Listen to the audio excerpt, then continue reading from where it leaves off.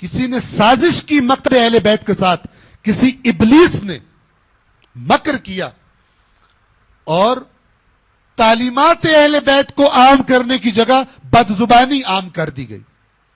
یہ جو رویہ اپنا لیا لوگوں نے اور اس کو مکتب اہل بیت کی خدمت سمجھتے ہیں، یہ پشت میں خنجر مارا انہوں نے مکتب اہل بیت کی.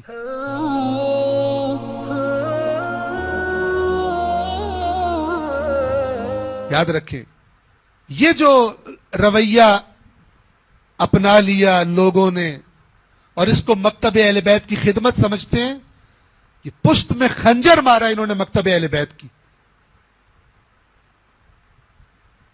ذمہ داری تھی کہ لوگوں کو ہمارا کلام سناؤ، لوگ ہماری باتیں سنیں گے اہل بیت رسول کی تو ان کو فالو کرنے لگیں گے.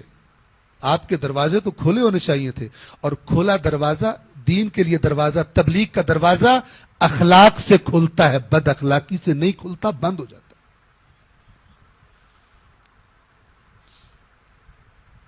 توجہ فرما رہے ہیں؟ تو کسی نے سازش کی مکتب اہل بیت کے ساتھ، کسی ابلیس نے مکر کیا اور تعلیمات اہل بیت کو عام کرنے کی جگہ بد زبانی عام کر دی گئی.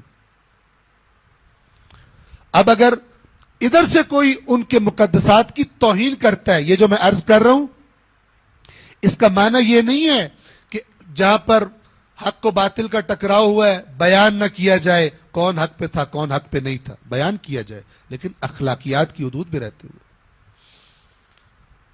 یہ مدد کرے گا لوگوں کو حق باطل پہچاننے میں. لیکن اگر بد زبانیوں کی اور بد اخلاقیوں کی ریکارڈنگز بنا کر اور ویڈیوز بنا کر لوگوں کو دکھائی جائیں گی، کوئی قریب آتا ہوا بھی قریب نہیں آئے گا.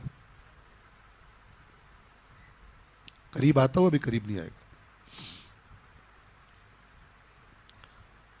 تو فرمایا کہ اگر تم کرو گے یہ حرکت تو وہ کریں گے.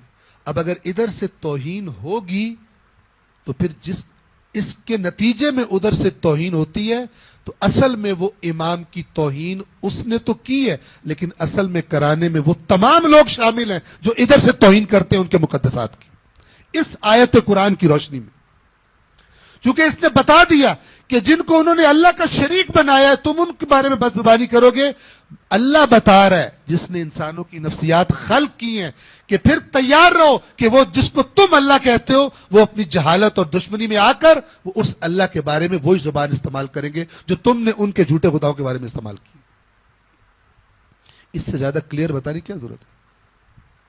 لیکن قرآن کو کوئی لفٹ کروائے تو، اہل بیت کے اس فارمولے کو کوئی لفٹ کروائے تو کہ جس میں کہا گیا کہ روایات خلاف قرآن اگر ہوں تو ان پر عمل نہ کیا جائے، ان پر عمل ترک کر دیا جائے.